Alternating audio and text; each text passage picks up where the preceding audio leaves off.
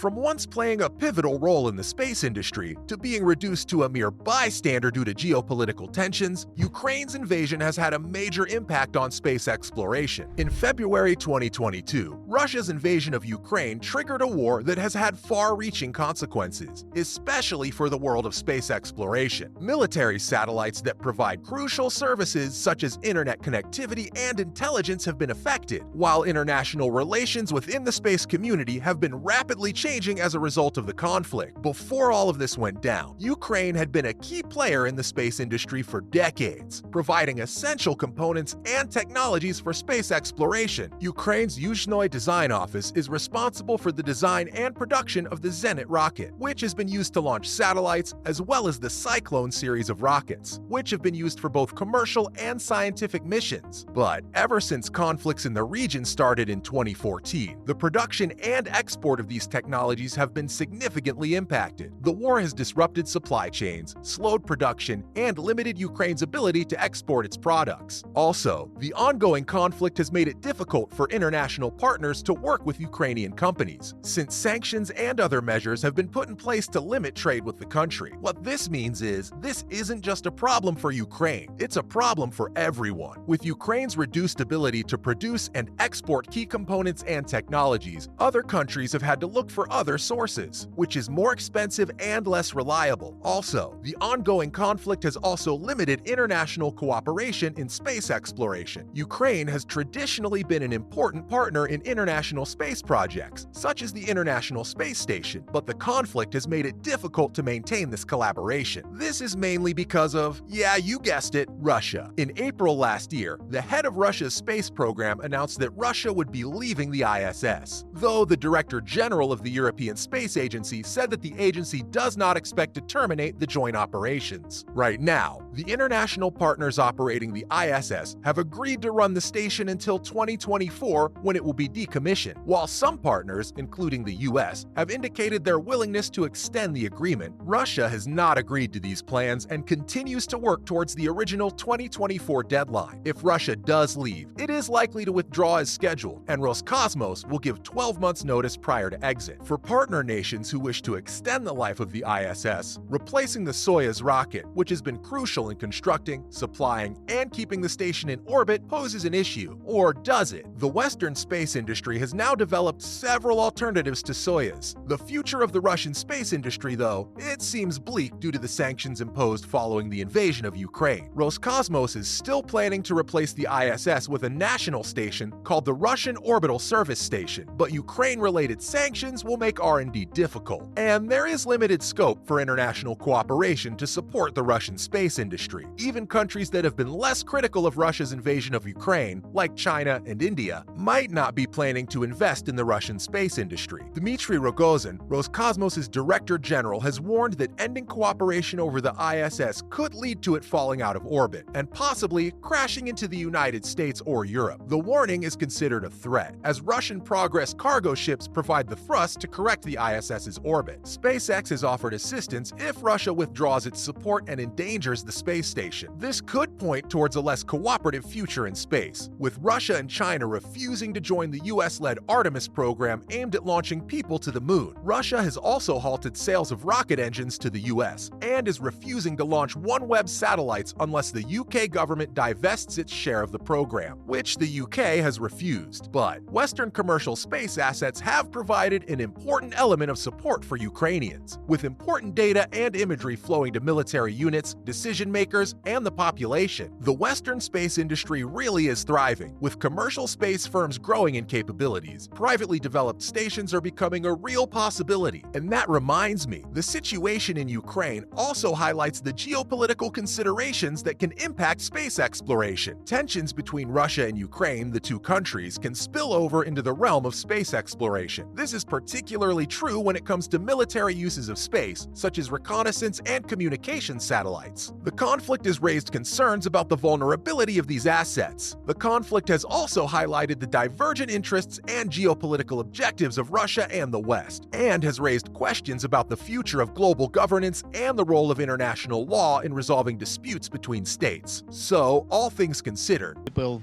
have problem on Earth, on orbit. We are not like we are one crew. For now, the space station continues to run, mostly insulated from the geopolitical problems on Earth, just as it was designed.